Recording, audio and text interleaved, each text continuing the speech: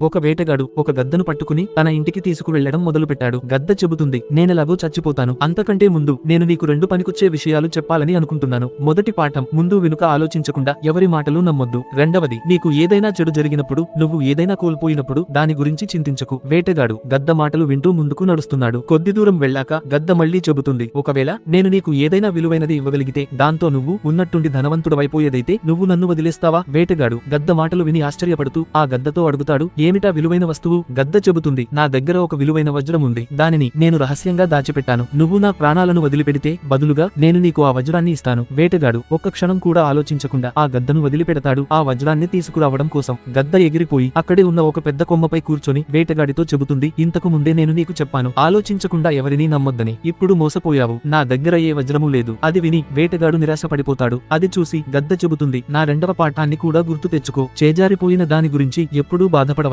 ఎందుకంటే చింతించటం వల్ల ఏదీ తిరిగి రాదు.